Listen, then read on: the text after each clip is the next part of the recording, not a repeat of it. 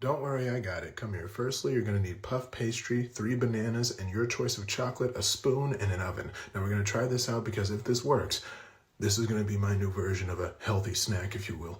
Firstly, we got 3 bananas that we're going to be using. So first, we're going to get the banana out, and then we're going to make sure that we scoop it using one of these little teaspoon measurement cups.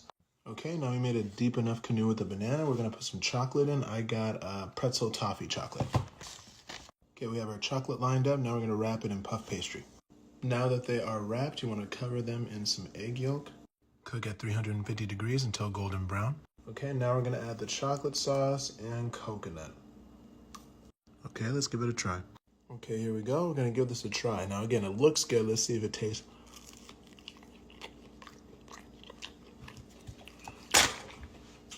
I should never have made this. This is too, yep. I'll just keep the glasses off. Now, it is important that we eat our fruits and vegetables. I am a firm believer in that. That's why I just had 2 bananas.